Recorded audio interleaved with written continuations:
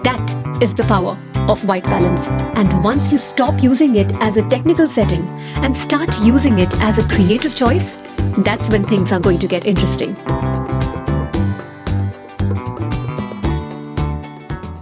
Hello everyone and welcome to Anyone Can Click. Let's begin today's episode with a small quiz. I'm going to be showing you 5 stills from movies and I would like you to answer the questions that follow. Simple enough? But do not overthink, just answer what you feel when you see that image. This quiz is called 2 images, 1 question. One is an untouched frame from the movie and the other has been digitally altered to simulate a color-corrected version. And to help you with that, I'm going to ask you 1 question. So, let's start. Question 1. This scene is the moment the right wand chooses Harry.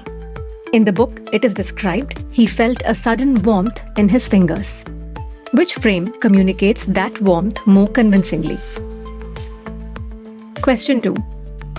The scene shows Arthur Fleck in clown makeup on Gotham's graffiti-scarred subway.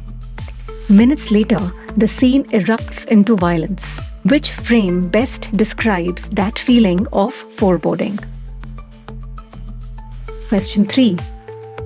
This scene is moments after the warehouse explosion kills Rachel Dawes, the woman that Batman loves. Which frame conveys Batman's overwhelming grief, anger, and possibly even self-blame more powerfully? Question 4. This is a scene seconds before Neo launches the iconic shootout to free Morpheus. Which frame more subtly signals that we're inside the Matrix digital reality? And lastly, question 5. In this scene, for a fleeting moment, Will forgets the wheelchair and his situation and experiences happiness in Lou's company. Which frame communicates that tender affection and joy most convincingly? These 5 questions have one common thread: the impact of color on the story. And just by changing the colors, you could suddenly see and feel differently about the same scene. And while I have used the complex color grading that goes into cinematography to set the stage for the topic of the day, the same principles do apply to still photography as well. And this is one of those places that as beginners, we all tend to trip up. Because when the topic of white balance comes in, we immediately equate it with color correction, a way to make colors appear natural, a tool to take off the color cast. Yes, it can do all of that, but it can do so much more, and that's exactly what we're going to learn in today's episode. We will see how and when to use white balance to correct the colors, but we will also see how to use it to embrace the colors, to exaggerate the colors, and to contradict the colors of the scene.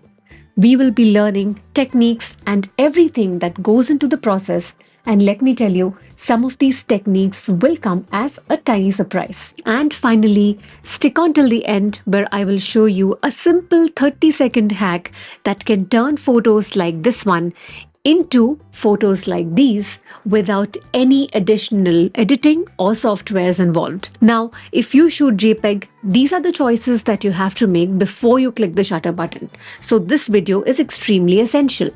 But if you shoot RAW, yes, you do have the safety net of post, but the same principles are going to guide how your slider moves. On that note, without further ado, let's begin. A super helpful on-field reference guide of today's session is linked in the description box below. Click to get your copy. However, I do recommend you watch the video till the end for the guide to make sense.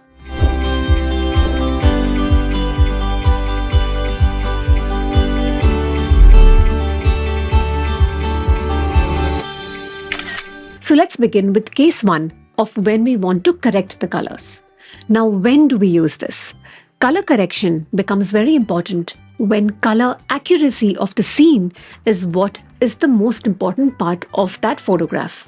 Think product photography, vibrant city scenes, or even documentary work where what you capture needs to be true to what you saw.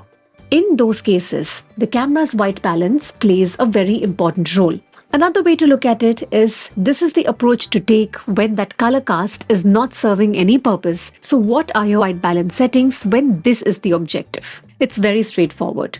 You can either use the presets that are provided, which means that you're going to tell the camera the light under which you are clicking the photograph.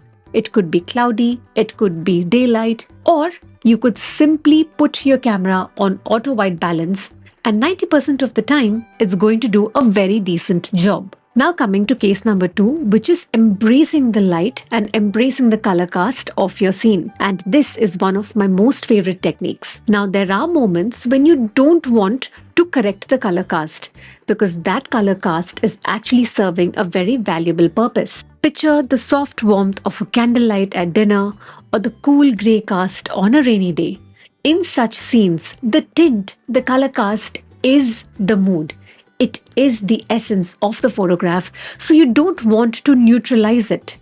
These are the situations where we are going to embrace it. So how do we do that? This is where it gets interesting. In order to embrace the colors of the scene, there is only one white balance setting that you're going to key in, and that is daylight. By doing this, your camera is going to capture exactly what your eyes are seeing. So if you're seeing a bluish toned scene, your camera is going to give you a bluish toned scene. It's as simple as that. If you are liking the video so far, do not forget to like, subscribe and comment. Let me know your thoughts on what you think of white balance and how you have been using it. Now coming to cases 3 and 4. Now both of these cases are creative tools when you want to click photographs that are especially dramatic and striking. And they both use the same underlying technique. So let's take a look at that technique first. Now here, you manually key in the white balance using the Kelvin temperature. The idea is simple. If you want the camera to add warmer tones, then you key in a higher Kelvin temperature. If you want the camera to add cooler tones, then you choose a lower Kelvin temperature. Now that the how is out of the way, let's look at the more important bit. When do you use these cases? Let's begin with exaggerating the colors. Here, you're not just interpreting the light or representing the light as it is. You are amplifying it, pushing it to the extremes. You're taking a warm scene and making it warmer. You're taking a cool scene and making it cooler. A classic use case is golden hour photography. It deepens the warmth, adds more intensity, and makes the light look cinematic. And if you are shooting golden hour silhouettes, then you can push that Kelvin temperature even higher. 9,000, maybe even 10,000. This will add those fiery reds and intense oranges to the sky. It's bold, emotional, and works beautifully when you want to take those striking silhouettes. Now coming to the last case, which is contradicting the light. Now contradicting is a different kind of creative. Here, you're not simply correcting the color cast, you're overcorrecting it. And the result? A stylized offbeat kind of image. Now I'll admit I haven't used this technique as much, but let me show you an example of when I did, and I think it worked out really well. So the bottom line is first read the light, then decide the story, and finally set your white balance to serve that intent. If the color cast strengthens your mood, then embrace it. If the color cast muddies your color, then take it off. And if drama calls, then push it. With that, we have reached the end of today's episode, but not before I leave you with the hack as promised. So when you're shooting early hours, the auto white balance plays it safe. The result? Dull, flat images which do not truly reflect how the light felt at that moment. So junk the auto white balance and use this preset instead, cloudy or shade. And just like that, you will find an instant infusion of warmth into your image. It lifts the colors, adds glow to the scene, and makes those soft morning tones come alive. That is the power of white balance. And once you stop using it as a technical setting and start using it as a creative choice, that's when things are going to get interesting. With that, we have reached the end of today's episode on white balance. This was part 2, and there is a part 1.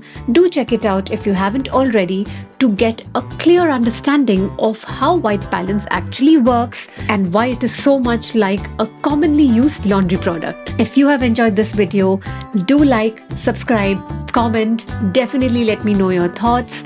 I look forward to reading them. I will see you next week with another episode. Until then, take care.